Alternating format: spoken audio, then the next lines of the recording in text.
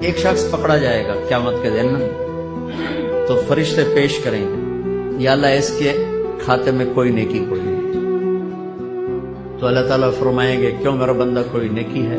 کہے گا جی کوئی نہیں، ویلا خالی۔